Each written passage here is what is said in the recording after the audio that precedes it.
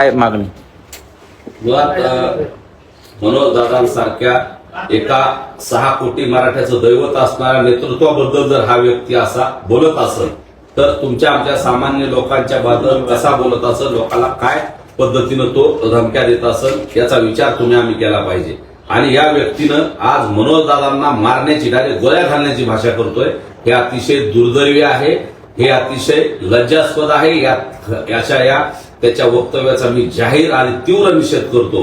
तसंच त्याला सांगणं चुकीच्या पद्धतीने वागण्यापेक्षा, आणि तुला जे कुणी असं करायला लावतंय आणि 2 समाजामध्ये वाद निर्माण करून कुणाला तरी याच्यातून काहीतरी समाजात तेढ निर्माण करायची का, हा प्रश्न सुद्धा या निमित्ताने निर्माण होतोय. काही मागेही त्याने मला शिव्या दिल्या, एका महाराजांना शिव्या दिल्या होत्या, आपले बेलेश्वरचे महाराज आहेत त्यांना शिव्या दिलेल्या आहेत, स्वप्नील भाई अगरकर यांनाही त्यांनी शिव्या दिलेल्या आहेत. हे मग तो स्वतः करतोय का याला कोणीतरी करायला लावतोय, याच्या मागे कोण आहे हे सुद्धा शोधलं गेलं पाहिजे. यानं जाणून बुजून याला कुणीतरी दारू पाजतंय, याला कुणीतरी मराठा आणि इतर काही समाजामध्ये वाद व्हावा अशा पद्धतीनं त्याला कुणीतरी बोलायला लावतंय का काय, आणि त्याच्यामुळं हे कुणीतरी त्याच्यावर करून घेते असा आम्हाला दाट संशय आहे. तशी प्राथमिक माहिती सुद्धा आहे. त्यामुळे याच्या खोलात जाऊन पोलीस बांधवांनी, प्रशासनानं तपास करावा.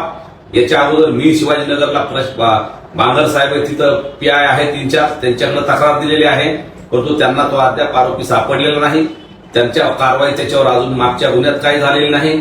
वेळोवेळी सगळ्यांनी पोलीस प्रशासनाला सांगितलेलं आहे, तरी हा व्यक्ती त्याचं हे गैरवर्तन सुरूच आहे. आणि आज मनोज दादाला तो गोळ्या घालण्याची किंवा जीवे मारण्याची धमकी देतोय. हा त्याचा फार अतिरेक झालाय. त्याच्यामुळे आता आम्ही सहन करणार नाही, आता आम्ही शांत बसणार नाही. मनोज दादाला जर कुणी केसाला धक्का लावला तर त्याला आम्ही सोडणार नाही. हा आमचा आजपर्यंतचा इतिहास आहे. पण आम्ही कायदा मानणारे माणसं आहोत. कायद्यानं आम्ही त्याला जशाच तसं लोकशाही मार्गानं आंदोलन करून आम्ही प्रशासनाला त्याला अटक करायला लावू, त्याच्यावर कारवाई करायला लावू. आणि त्याला हे कोण करायला लावतं हे पोलीस बांधवांनी समोर आणलं पाहिजे. नसता समाजामध्ये तेढ निर्माण होईल. आणि मनोज दादाच्या बाबतीत तो असं बोलत असतं तर मराठा समाजाच्या भावना अतिशय तीव्र आहेत.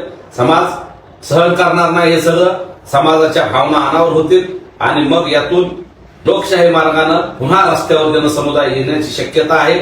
आम्हाला नाविलाज असतो रस्त्यावर यावं लागेल. याची सुद्धा नोंद पोलीस बांधवांनी घेतली पाहिजे.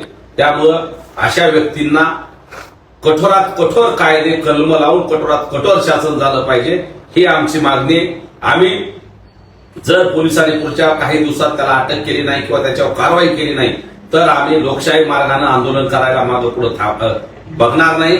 हा सुद्धा पोलीस बांधवांना आमचा एक सल्ला आहे. संपूर्ण माध्यमावरती ती कॉल रेकॉर्डिंग आता व्हायरल होत आहे, तर तुम्ही बीड पोलीस प्रशासनाशी काही बोलला आहात का कारवाई संदर्भात? हो, माननीय पोलीस अधीक्षक साहेबाला मी ती रेकॉर्डिंग बद्दल बोललोय. त्या संबंधित व्यक्तीविरोधात कारवाई करावी म्हणून आता विनंती केली. याच्या अगोदरही मला 2 वेळेस त्यानं शिव्या दिल्या. त्यावेळेस 1 वेळेस मी गुन्हा दाखल केलाय, त्याच्यानंतर 1 वेळेस पुन्हा त्यानं मला शिव्या दिल्यानंतर ती सुद्धा कॉल रेकॉर्डिंग आणि मी ते पोलीस अधीक्षक साहेबांना टाकलेलं आहे. परंतु पोलीस बांधवांना तो सापडत नाही असं त्यांचं म्हणणं आहे. आणि ते कलम असतील किंवा कायद्याच्या भाषेत तितकं काही कलम कुठले लावत हा काही कायदेशीर पेच निर्माण असू शकतो. परंतु मनोज दादाच्या बाबतीत, आमच्या बाबतीत जे झालं ते आम्ही काही लक्ष देणार नाही. पण मनोज दादाच्या बाबतीत असं काही झालं तर आम्ही ते सहन करणार नाही. कायद्याच्या कुठल्या चौकटीत बसवायचे, काय बसवायचे बसवा, पण मनोज दादाला धमकी देणारा, मनोज दादाला गोळ्या घालतो ही भाषा बोलणाराला आम्ही सुद्धा सोडणार नाही. लोकशाही मार्गाने त्याला आम्ही सुद्धा जाब विचारू. आणि पोलिसाला तो जर सापडत नसत तर आमचे मराठा बांधव शांततेने त्याला शोधतील आणि पोलिसाच्या हवाली करतील. हे सुद्धा पोलिसांनी ज्यांना धरावं. त्याच्या अगोदर पोलिसांनी त्याला पकडून आणून त्याच्यावर कारवाई केली पाहिजे. त्याला असं वागण्यापासून प्रतिबंध केला पाहिजे, ही आमची पोलीस बांधवांना विनंती. समाजाची सुद्धा भावना आहे, त्याला लवकर अटक झाली पाहिजे. हो, त्याच्यावर कारवाईच व्हायला पाहिजे. असा व्यक्ती जर मनोज दादा सारख्या एवढ्या मोठ्या उंचीच्या व्यक्तिमत्वाला जर तो डायरेक्ट गोळ्या घालण्याची भाषा करतो, हे का लोकशाही नाही का? महाराष्ट्र काय असंच काय इथं हुकुमशाही आहे का? महाराष्ट्र हे पोलीस प्रशासनातलं, लोकशाहीतलं राज्य, हे कायद्यानं चालणारं राज्य. इथं गुंडगिरीला थारा नाही. हे पुरोगामी राज्य. शिवाजी महाराज, फुले, शाहू, आंबेडकरांचा विचाराचं हे राज्य आहे. आणि इथं विचाराने उत्तर देणारं हे राज्य. त्यामुळे आता हिंसाचार, झुंडशाही आणि अशा पद्धतीनं कुणी धमक्याची भाषा इथं चालत नाही. आणि जर कोणी धमक्या देत असेल तर त्याला जशाच तसं उत्तर द्यायची ताकद सुद्धा मराठा समाजात आहे. मनोजदादाच्या बाबतीत आम्ही बिलकुल ऐकून घेणार नाही. मनोजदादाच्या बाबतीत असलं खालच्या थराला बोललेलं आम्ही सहन करणार नाही.